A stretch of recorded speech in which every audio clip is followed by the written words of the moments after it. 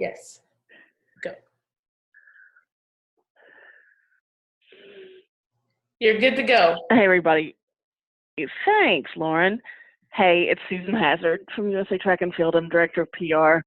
Forgive me, you may hear my dog in the background. She thinks that I'm talking to her, and she likes to bark when I'm on the phone.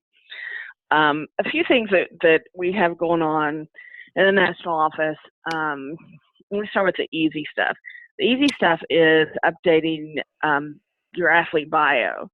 So the first thing and easiest thing to do is to log into your member profile and make any updates there. You can change your, I think you can change your affiliation, you can change your hometown, any of the vital information, like if your training site's changed or your address, any of those things, please log into your member profile and do that. That's a big help. If you have other changes, certainly email me at communications@usatf.org. That goes to my whole group, and we make updates accordingly. So branding in general, Jill Gear spoke at both the Elite Athlete Retreat and the annual meeting, talking about branding opportunities. I'm just listening. You can like turn your video and audio off. So the branding stuff that she's got going on and we have going on within our marketing and communications team, where we create a branding package. Essentially, it's a web page, it's business cards. I believe there are also hero cards in that, where we just get general information and help you build your brand. And then finally, the Speakers Bureau. So that's still in the building process. I talked to the athletes at the athlete retreat and then also at the annual meeting again about the Speakers Bureau and how we were developing that. And that's kind of a multi-prong endeavor right now. Anyone who's interested in that, email me at communications@usatf.org. I'll send you a questionnaire that we'll use to build your speaker's bio, which is very different from your athletics bio. And then, it'll help identify topics that you're comfortable with, things in the types of audiences that you've already been engaged with. And then it'll help us match you to companies that we're asking, if they want speakers, we're soliciting companies to give us information. And then honestly, on a regular basis, and it's already happened twice this week, and it's only Tuesday, I think. Oh, it's Monday. So people will call in and ask for a speaker, and they're looking very specifically for someone who is, for instance, an Olympian who, and 9 times out of 10, it's an Olympian who has had some sort of adversity, and they talk to my group about, working hard and staying with it in their career and their life. So those are the general, very, very general things that we have going on. Again, it's communications@usatf.org. If you have any questions, if you want the Speakers Bureau information or any other information, for instance, with the branding package, or if you have any updates to your bios, or any questions about your bios and anything else. So that's my less than 5 minutes. You did it in 4 minutes. If anyone has questions, comments, or concerns for Susan, you can put those either in the chat or you can email them to me. You can unmute yourself right now if you have something pressing. If not, then we will move on to the featured presentations. I see Sydney is online now. Does anybody have anything for Susan? Speak now, forever hold your peace. Okay, Susan, thank you. All right, y'all. For joining us. Thank you so much. Take care. All right, have a good night. All right, and without further ado, we have Sydney from 80 Wins on. Sydney, can you hear us? I can. Hi, everybody.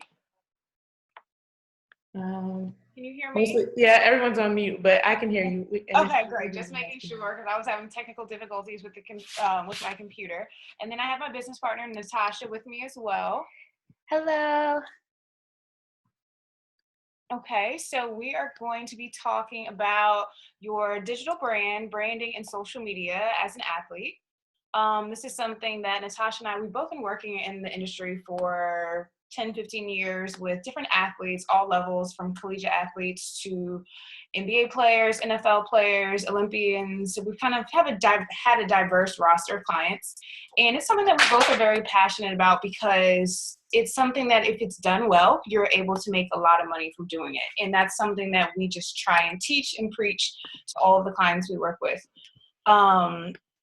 Just starting with building your brand, and our focus really actually has also been on building your brand from a digital standpoint, which is, mainly using your social media, which is something it's free, doesn't cost to use, and it's something that allows you to completely shape your message for your audience. And when you're participating in any sport, you have a built-in audience of fans, but there's social media allows you to connect with them on a more personal level. And the more you engage with them, the more opportunities that come for you in the long run, whether it's business opportunities, general increased popularity, or just opportunities for what would you say? More just popularity in business. And when I say business, meaning whether it's you want to start a company and you've got to push a product, if you've built in that fan base, then you've already got in a built-in network of customers. Or there's, different stakeholders that you're going to have that are following you on social media that may say, hey, I want to work with this athlete on this project, or get them to endorse my brand on this, whether it's product or actual money, it's still an opportunity. So we really try and work with our clients and get them to understand that on all levels. We've seen guys in the NBA who are the 12th man on the roster use their social media to create amazing opportunities, and that's post-playing. My brother currently, I always use my brother as an example. He was a standout college player, did a lot for his brand on social media in college, got drafted to the NBA, but only played 2 years before, had the ACL and all that injury. But because of the brand he built in college, it opened up doors for him. He's now an ambassador for Teen Cancer of America, which is a huge organization. He's got endorsements, and he's like the lowest on the totem pole as a college coach right now. So it's really just the care that he took prior to that in building his brand has opened so many doors. And he's not the standout LeBron James. He's not that person, but he did it for himself. And now it's, it's helping his future. And he even said, he was just like, he sold t-shirts and made an insane amount of money just selling t-shirts through his social media. So little things like that. And that's what Natasha and I do. We come up with unique ways too to help our clients monetize their brand. So we find out what our clients like and what, is something organic that they like to do outside of their sport. And we figure out a way to turn that also into a moneymaker for them. So that's pretty much it, I think, in just in a nutshell. Lauren, was there anything else you wanted us to kind of really discuss? I was going to have you maybe discuss the amount of tweets maybe that someone should be putting out, what kind of content should be going on the different social medias, and even the idea of when you're creating this brand. I know a lot of our athletes are newer athletes, so they may be used to using social media to talk to their friends. And when you transition from sport to professional sports, how you should maybe change the conversation that you're having on social media. Okay, so I'll start with the networks, and I'll let you go into the technical how to use it. Okay. As far as the networks, so you've got the Facebook, Twitter, Instagram, Snapchat now, which are kind of the main ones. And with those, I always suggest, and Natasha will tell you, do the ones that are most natural for you to use. I don't suggest being on all of them at the same time, but I do suggest picking the ones that, so if you like to take pictures, if you're comfortable with showing, your everyday life, then, Instagram is a great one for you. Instagram, probably Snapchat. If you like conversation, you like news, and you like just chatting and responding and engaging, I think Twitter is a great social network. I think Facebook is great. I think everyone should be on Facebook. I think it's just great to share articles on what you're doing. If you had a great game or, anything newsworthy, I think Facebook is great for that. And I think I'll let Natasha go into more of the specifics on posting and how to post and so forth. So first, excuse my voice, it's going in and out. But first off, I'll say that if you look at all of the different social media platforms as you would cooking, it's probably the best analogy to use.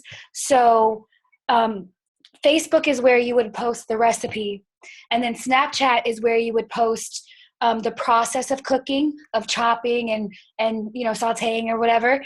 And then Twitter is where you would post just things that are happening while you're cooking. And then Instagram is where you would post the finished product of what the food would look like. So if you think about that analogy with just the various aspects of just everyday life or training, it serves as a good model to use, and it serves as a good model to use when you're trying to figure out what's supposed to wear. As far as Twitter, it's definitely good to post at least once a day. But as a brand, when you post, it's best not to just post something and then keep it moving. The best way to grow your fan base is to post something and then actually engage with the people that are responding to you. Of course, you can't respond to everyone, but at least, try to respond to a couple people here and there. And then also don't feel like you always have to be starchy with it.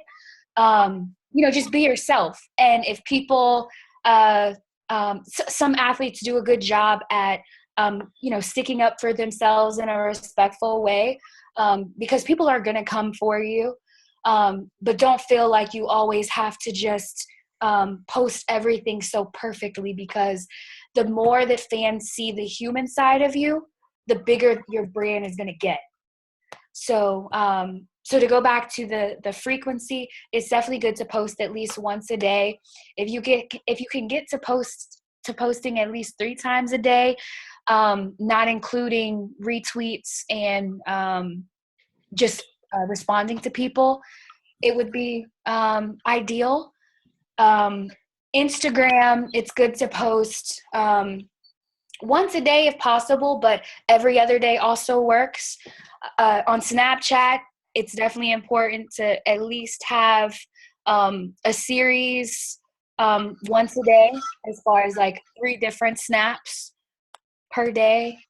And all of this is important because when you want to start really monetizing your social media accounts, you don't want fans to feel like, oh, this athlete only hops on here to sell me things. You want them to feel like they know you and that they have conversations with you every day, even if you're not talking to them specifically. So I think that's pretty much it in a nutshell, unless you have any other questions.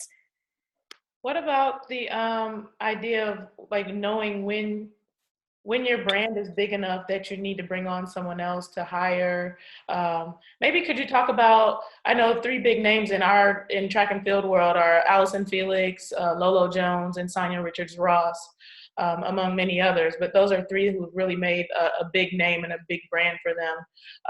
I don't know if you know very much about each of them, but the way that their personalities are different and the way that they're leveraging their social media differently. And at what point should you if you're a normal athlete, if you will, and you don't have as big a following naturally, how do you grow a following to that stage or that level, if it's even possible? And then at what point do you bring someone on board to say, help me grow my brand, and what does that look like?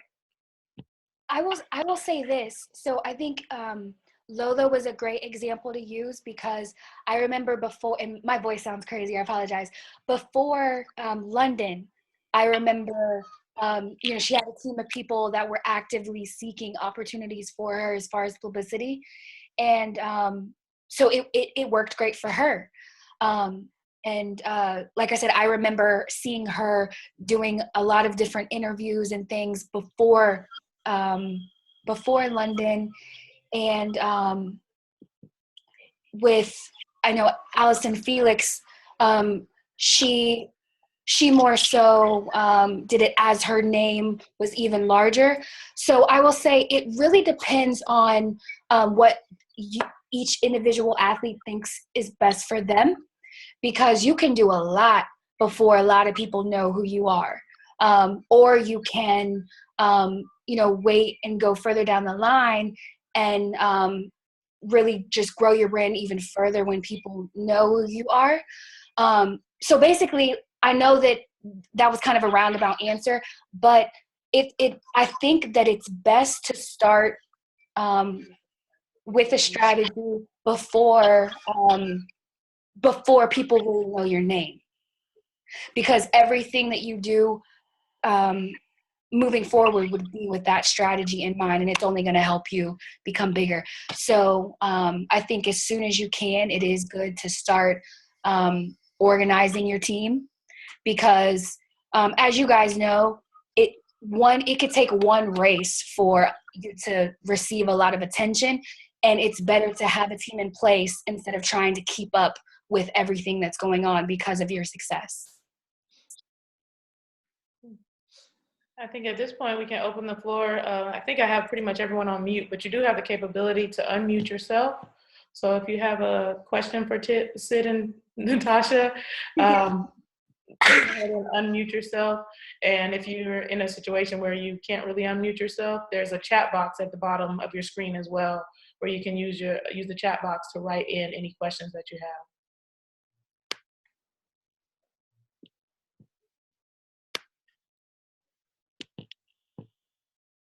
Don't be shy.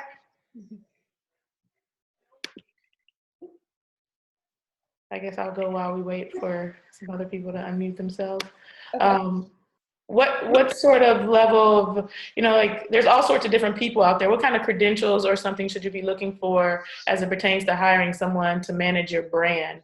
I know there's agents, there's, social media people, lots of companies are hiring now social media people to help them with their, it could be someone fresh out of school because, they generally think that someone younger knows more about social media than, someone older. But how do you really decipher between the credentials of one person versus the next as it pertains to their credibility, and how much should you be willing to pay for a lower level person versus the upper level person if you're trying to budget for a social media and branding team?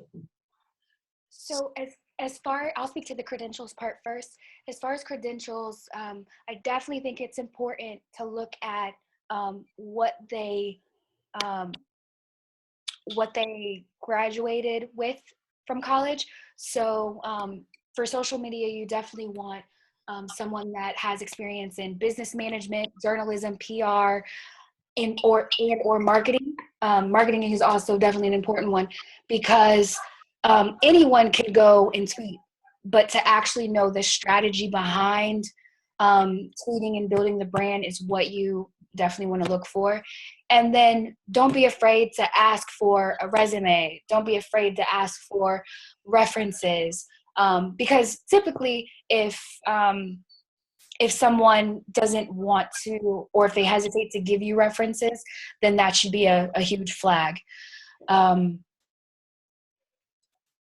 I'll say too, another one would be someone who's really passionate about you as a brand.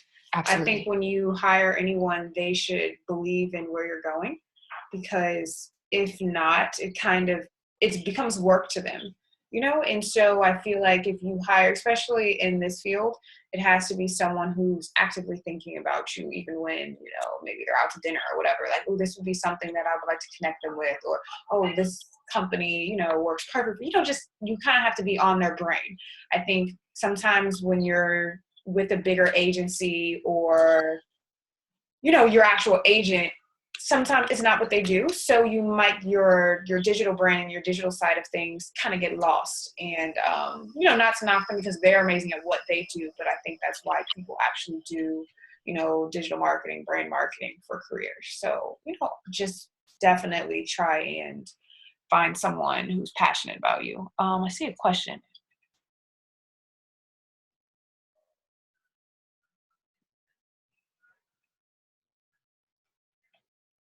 We're reading Aaron's question.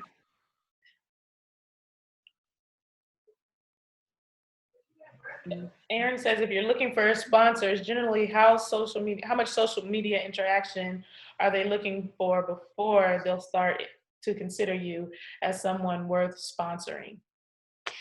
It really depends on the brand, but I will say that 9 times out of 10, when we reach out to a brand about a particular athlete, the first question is usually, what does their following look like? And their engagement. So you can have a lot of followers, but if you don't have people actually liking your picture, that's sometimes a telltale sign that's like, something's up. So definitely, there's some athletes who aren't even the bigger names who have an insane following and great engagement, and companies are willing to shell out money. We have a D-League athlete who has gotten a lot of NBA D-League who has gotten a lot of opportunities to monetize their brand just because their following number and their following number and their engagement. But then there are some companies that kind of use a rule of thumb that they'll go by like 1,000. So if you have between, like, say 50 and 60,000, it's what is it? So we'll say like 50,000 is more like 500. Yeah. So 50,000 is more like 500 per post. So some companies work it out that way.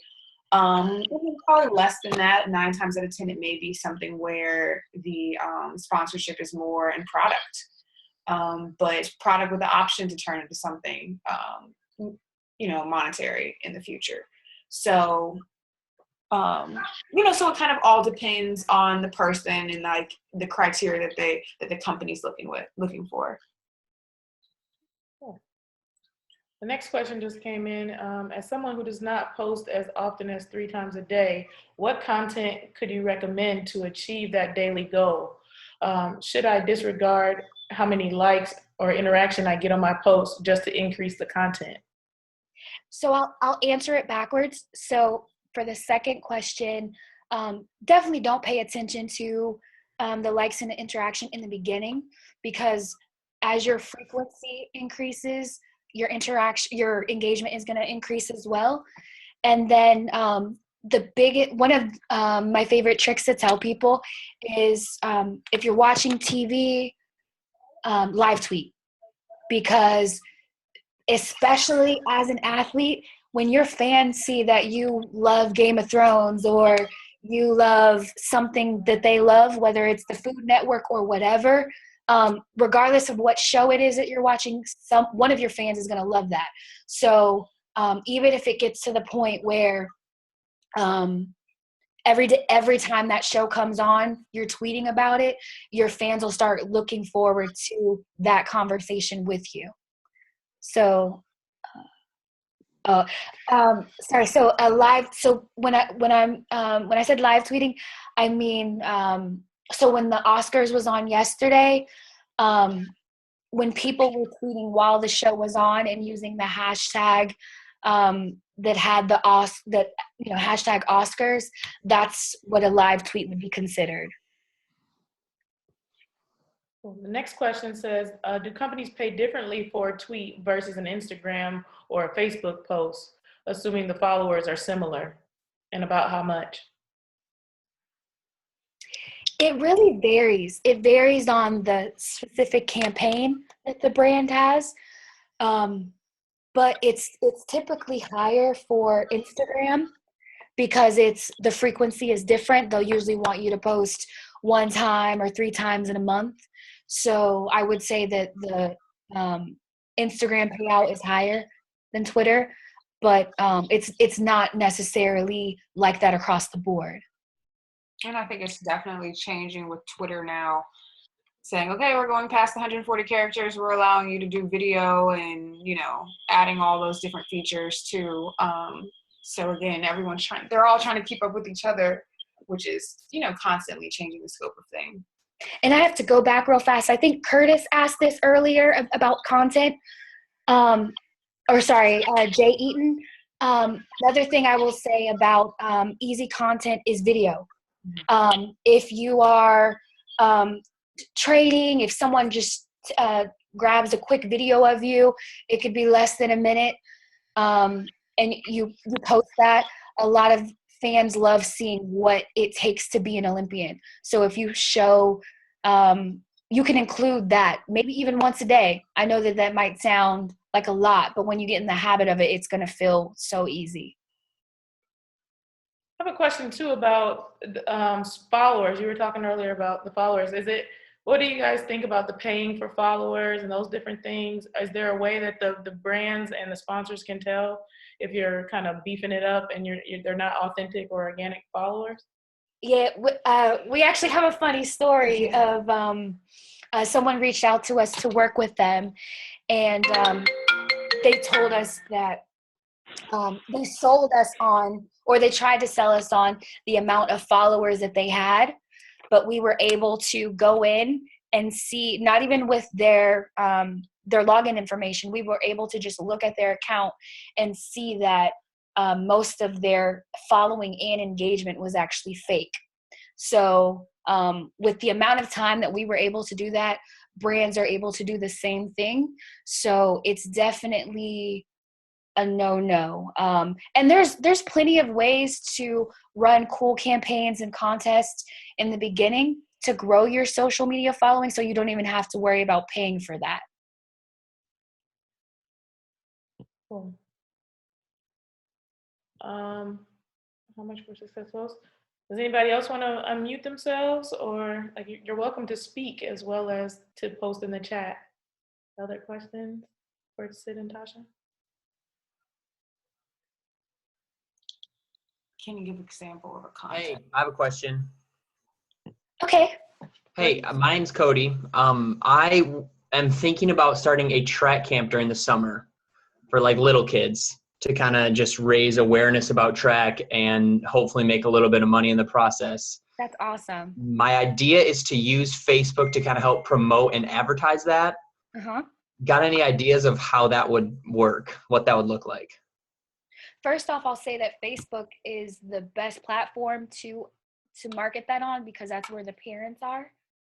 And some of the kids. And Instagram might be a good one too, just because you can kind of show yourself in the process, maybe show yourself training a couple kids in the process, and promote it that way. And then it would also be great to create a hashtag for it. So for creating a hashtag, is that I just pick a word that I want to be my hashtag, or is there some other delicate process? No, you could pick a word. I think do you have an idea of what you want the name to be for your camp? I compete for a club called Q Elite, so I'm just thinking Q Elite Track Club. That was kind of just what I'm going with now. This is kind of a maybe 2018 plan. As I'm getting everything figured out and whatnot, it's a much more difficult process than I thought originally. So, do you already train kids? I mean, I coach at a high school, so I guess that counts. So I think definitely building that platform for yourself more. I'm not sure what your personal social media looks like right now, but building that alone, because once people see you working with kids, they're going to have questions like, can you train mine? Or, how do I work with you? Whatever the case may be. So I think if you're saying 2018, that gives you plenty of time to start with, start building that curiosity among, your potential audience for this camp.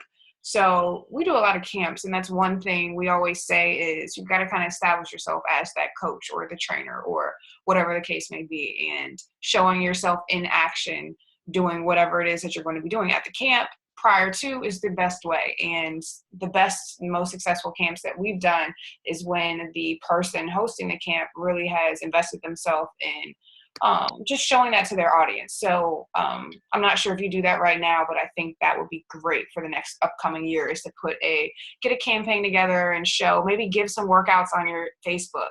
Some running workouts, tell why running is great for kids, what it can do, maybe tie it to, childhood obesity, really kind of make it fun and exciting. And, it's just, like Michelle Obama's, her workout initiative, that's huge for among kids. Running is something that, I know my parents had me participating in track, and they wanted me, just for health reasons. So I think there's a bunch of different angles that you can take with, pushing it over the next 365 for sure.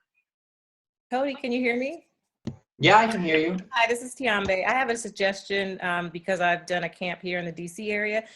For the very first time, if you just want to get the word out to as many people as possible, and just you get in contact with your local USATF association, the membership coordinator there has a database of all of the athletes that are registered in your association in your area. And they can filter it based on the age group that you want at your camp. And you can see if you don't mind posting it on their website, the association website, or send an email out for you. And with that said, you may get a lot of feedback, so you may need to have a few other athletes help you. But that was one of the easiest ways that I got the word out. My association posted it on the website, and they sent out an email blast, and I got tons of responses. So, but of course, once you do have the camp, then you need to post a lot of pictures and videos so people know about you for the next time. Right. I think the biggest thing I'm worried about is just getting started the very first time. I'm going to do all this work, get this track camp, advertise everywhere, everything. There's going to be like 4 kids that show up. If you have a good product, like, I don't know how long your camp will be. Is it a full day camp? You have some good content as far as the trainings and who you're going to have there helping you with the camp. Once people see your background and you're going to have other clinicians with you. Yeah. So if there are other athletes, well-known athletes, some of the names will bring in people to the camp as well. And some parents just want their kids to go to camps as well. They need that extra, personalized help with their kids. So I think if you get the word out through your association, you'll get the numbers to show up. All right. Well, thanks for your guys' help. I'm not going to take up all the time. We can answer some few more questions now. One thing I did want to mention too is the opportunity to take advantage of the things that are already out there.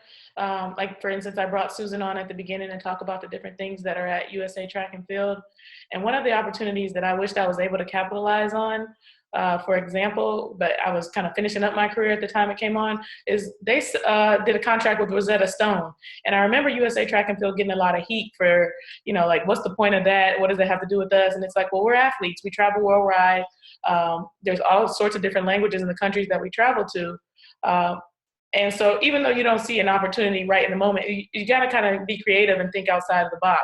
So what I would have loved to do with Rosetta Stone is take that free year that they gave athletes initially when they signed on with USA Track and Field, learn the language for free, which is awesome for me because I think Rosetta Stone's at $500 or $600. So I get a value of something that's free, but you can definitely believe that if Rosetta Stone found out that I learned a language through their free program with USA Track and Field, that they would love me to be on their Rosetta Stone commercial or, doing something like that.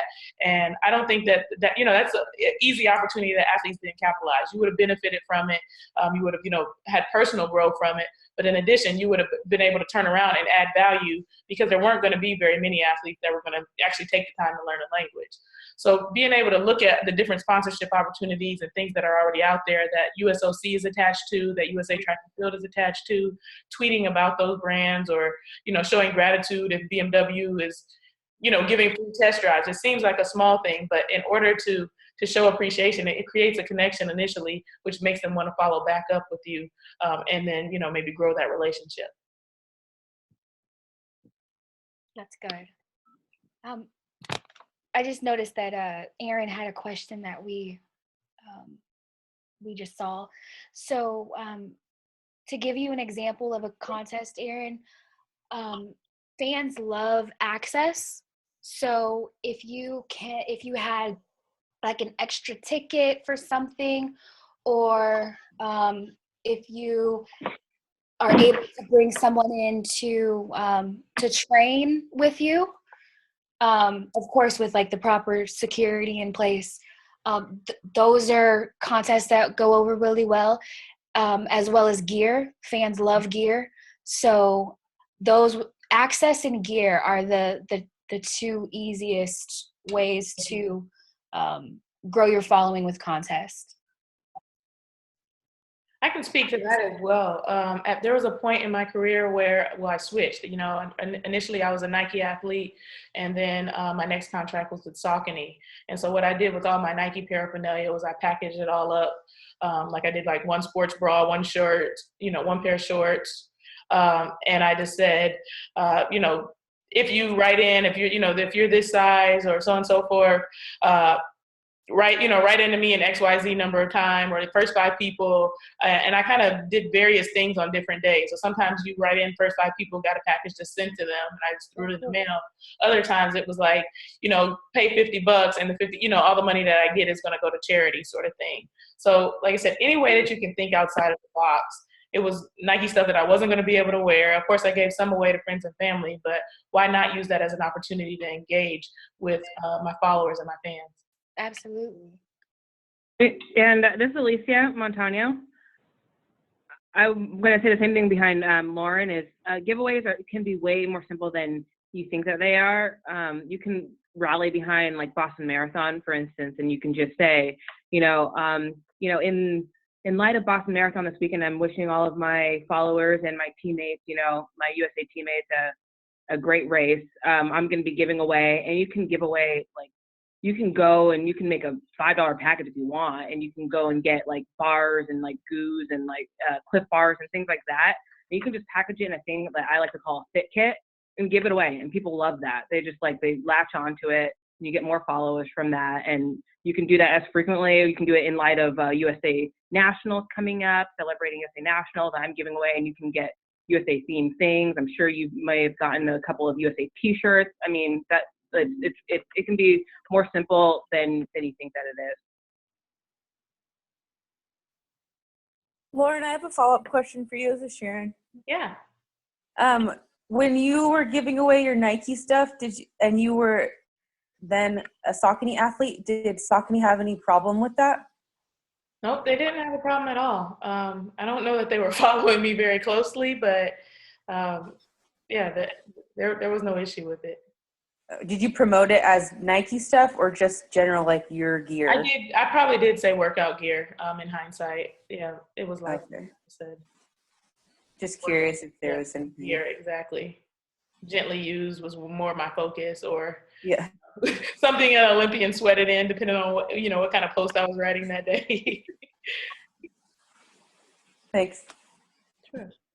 There's another one from Jared that says, is there a certain time of day that I should post to peak interaction with my followers? Should I drown post in 1 million hashtags? Spencer Adams, I don't know what this one.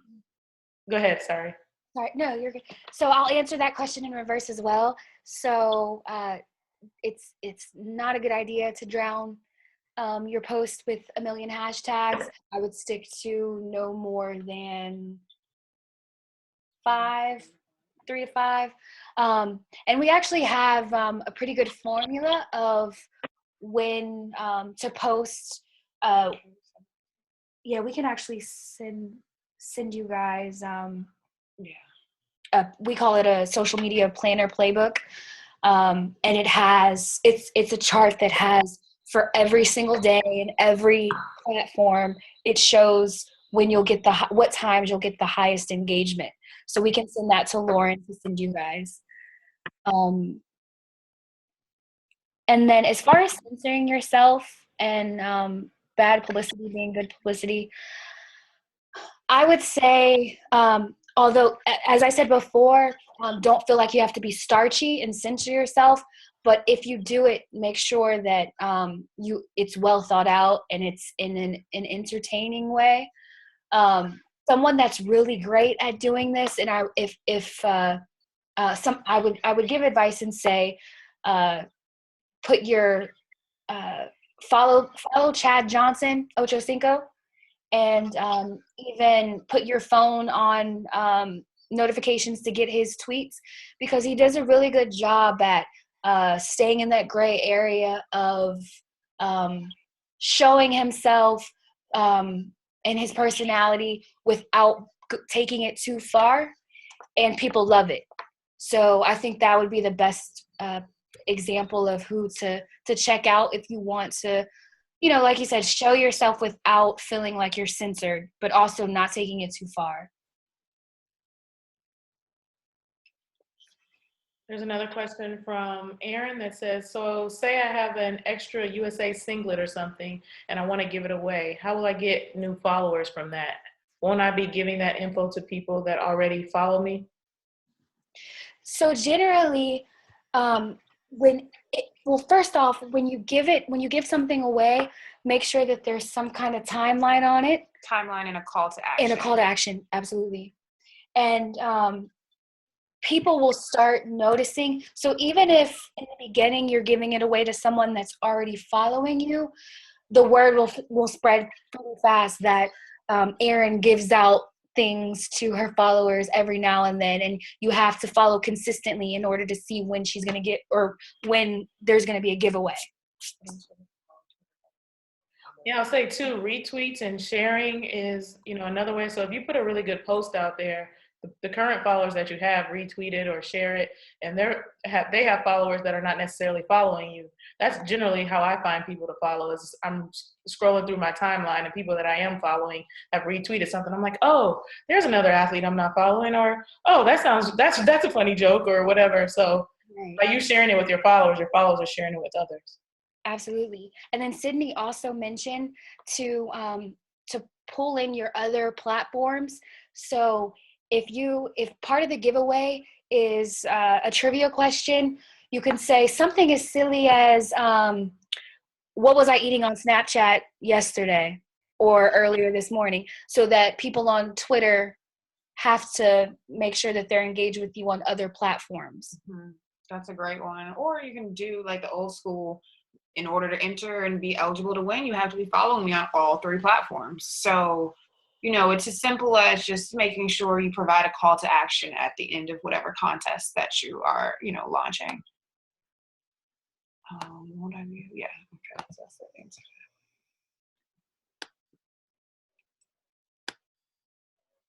Anyone else?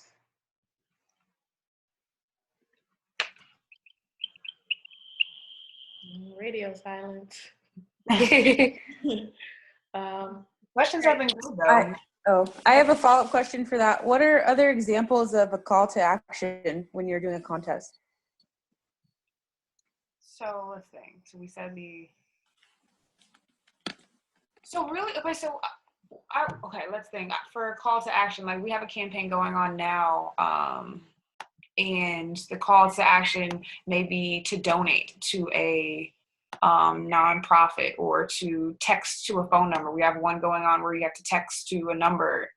So it could be anything. It just depends on what you're doing at that time. So are you trying to raise money for something? Are you, just trying to grow your following? So if you're just trying to grow your following, then stick with you've got to be following these 3 platforms in order to enter.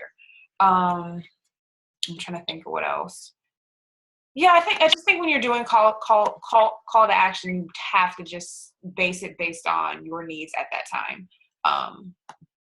Because they definitely will vary. I hope that answers your question. What are some things that you should absolutely avoid? I know I've seen quite a few of, like I said, our younger athletes saying things, just like I said, they speak as if they're speaking to their friends, not realizing that, everybody is following them. So if there were 3 main things that you should absolutely avoid doing on your social media, if you want to grow a brand and, followers, what would that be? I'll say one thing for Twitter that you should try to avoid is talking as if you're talking to yourself. I know it sounds a little, it might not sound clear, but a lot of, here's an example. So I'm sure that you guys are all familiar with someone who, when they talk to you in conversation, they mention people that you have no idea who they are, whether it's their aunt or their cousin, and they'll use their first name as if you know who that person is. People do that on Twitter, not saying someone's name, but they'll say things that no one has any clue what they're talking about. And it's really common. But I would say that that's probably one of the biggest things that I would say to make sure you're not doing. And I'll say another one too on Twitter is as for an athlete, you have to be careful about who and what you're talking about, in the sense that the athletic world is small. So there may be someone that you may voice your opinion on live tweeting or whatever. But even if it crossovers into like the entertainment industry or whatever, you never know when you're going to run into that person. And I've seen it happen so many times with clients and friends that they will have said something crazy on Twitter about someone and then had an opportunity to either work with them or appear with them for like a press event. You just never know. And that is so bad for, I think, an athlete. And then just being super reckless. We live in a society now where, yes, we have freedom of speech, but you really can't be that free. Be careful what you're saying, because, again, it kind of goes back to things coming back to bite you in the butt. You just don't want that to happen. Whether, it's racial or, about someone's gender, you just have to be careful. Because you don't want to have explaining to do down the road. And that will cost you money, it'll cost you endorsements, and it could cost you your career. You never know. Nowadays, people like to completely crucify you if you slip up. And sometimes for some people, it's really hard to bounce back from. So in the young ones, we do a lot of counseling of, college athletes. And the biggest thing we tell them is, generally after you press send, if you have even a little bit of a following, someone's going to catch it and someone's going to see it, and it's very, very, very hard to take back. So definitely just proceed with caution with all social media platforms. Proceed with caution, protect your passwords from your exes. That's a big one that we always say is protect your passwords. Do not use your birthday or your jersey number or whatever the case may be. So yeah, those are some good ones. See another question. How can you use unrelated interest? So unrelated interest, I think that's a really good question. It's RJ, how can you use unrelated interest to athletics to increase your athletic brand? I think that's something that's so huge that we really wish a lot of athletes would get more into, is take what you're passionate about outside of your sport and show your fans that, because whether it's art or acting or I don't know, it could be anything. Cooking, anything, yeah. That creates even more opportunities for you to monetize your brand, because there's going to be that, the Food Network, if they know you're passionate about cooking, they would love to have an athlete come on their show and maybe show what you eat before a race, or how do you keep your body so fit and, get cut up, whatever the case may be. If you're able to show your other interests, the doors are going to open tremendously for other opportunities, because you got to think now you're separating yourself from the other people in your lane. So I think as much as you can show your unrelated interest and really be consistent with it, you're going to now develop too a whole new audience. So people who, there's this NBA player who I'm friends with, and he likes to fish. As I love to fish, but a lot of people don't. They think it's boring. But he's now on some TV network where he literally goes to the middle of nowhere and catches massive sized fish, and it's huge for him. And everyone used to clown him when he was in the NBA, and now that he's able to do this post-career is really, really cool. So again, if you have a passion outside of your sport, I think definitely showcase it and, connect with other people doing that, and it'll do wonders for you. I think that was a really good last question. And I'll even piggyback and say that's one thing that I wish I would have done more. I run a financial planning company and help people organize their finances now. And I always had my nose in the book. People thought of me as the bookworm, but they didn't know exactly what I was reading. And so now it's been pretty hard for me in transitioning my brand from, sport to life after sport. I wish I would have sprinkled that in a little bit more to let people know that that's exactly what I was doing. Because they're kind of like, where's this financial thing coming from? And it's like, yeah, I was a finance major. I was an MBA. I'm doing the financial planning coursework and all that kind of stuff. Those are the books that my nose was stuck in. But they're having a hard time seeing that, Lauren Williams, the athlete, versus Lauren Williams, the financial planner now. And I think if you sprinkle that in while you're an active athlete, it'll be a lot easier for your transition. Syd and Natasha, thank you so much for getting on tonight and sharing with us. I think we can do better our brand. It's been a pleasure. You guys are great. Thank you for the questions, everybody. You're welcome to stay on. We're just going to have a few more minutes. We have Jack and Curtis. So we have 2 more things about social media and branding. Jack Wickens is the founder, are you the founder? You're the head of the, I'll let Jack introduce himself. Go, Jack. Hope you're muted. I know. There you go. Hear me now? Yeah. Hello, everybody. Real quick, I founded AthleteBiz, and many of you may have heard of it. A few of you I know are on it now. I just wanted to let you know. So I sat in on a session just like this at one of the USATF annual meetings a few years ago. And the room was filled with great ideas and suggestions, and I could tell the athletes really engaged just like you should be today. So, great information. But I could tell that as soon as people left the room, very little happened.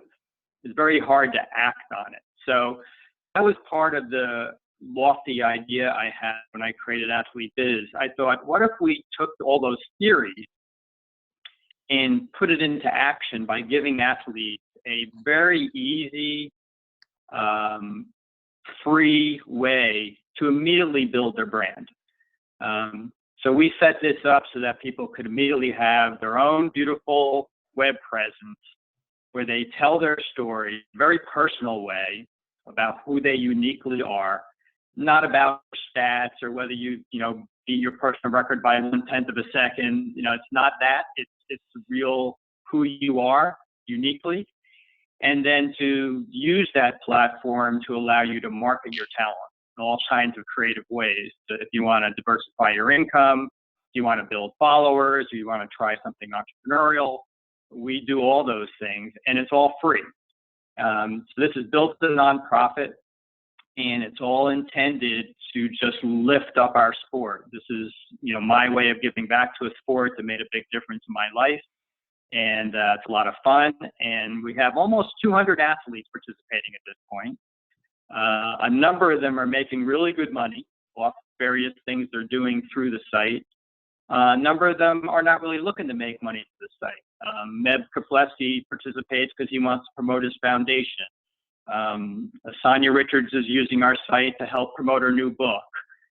So there's all different ways to utilize it, but it gives you a platform you can point anybody to. If you're on Facebook, if you're on Twitter, if you're on Instagram, you can point people back and say, go to my site, you can learn about me, hear my story, read my blogs, whatever, and then leverage it in any way you'd like.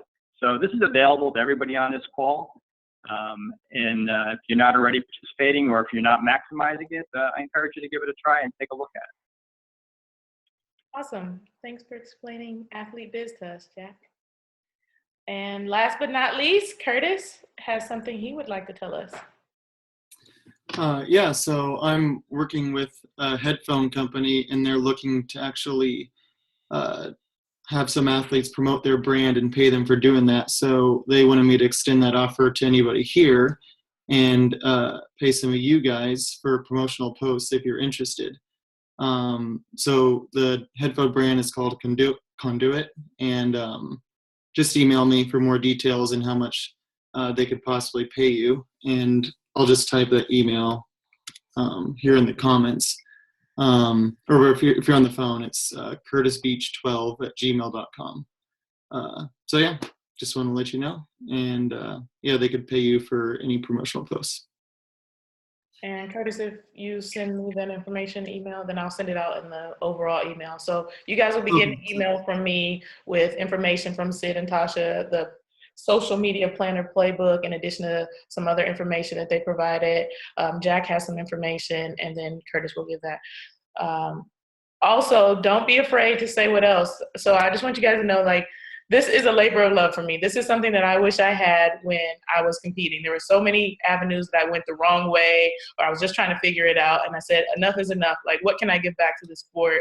And I feel like this is it, the business of track and field, trying to help you guys figure out all the things that you can do off the field to make your life a little bit easier, so you're not going down the rabbit hole saying, oops, and then coming back and saying, don't do it the way I did it. So if you have any questions about any aspect of the sport, please feel free to reach out to me. If you have other topics that you want to learn more about, if you have other concerns, I'm here for you. There's no secret initiative or anything like that. This is just for me to help you guys learn more about this sport. So don't be afraid to send an email and say, Lauren, I'd love to learn more about, so the next one coming up, we're going to do Veterans Day, where we're going to have 3 veteran athletes on. I don't know if any of you were at the annual meeting, but we had Adam Nelson, Dee Dee Trotter, an accountant, and an agent go up and speak. And so this time we're just going to do 3 athletes. And everybody loved it. They said it was the best presentation of the annual meeting. So we're going to do Veterans Day, and it's just going to be kind of them telling things that they did right, things they did wrong, and, sharing their advice and their information. But any topic that you're interested in, please let me know. Feel free to post it in that chat, like I said, or email me and tell a friend about it. The more the merrier. That is all I have. If no one else has anything, then we are done for the evening. Thanks, Lauren. You're welcome, everyone. Thank you. Thank you. Thanks.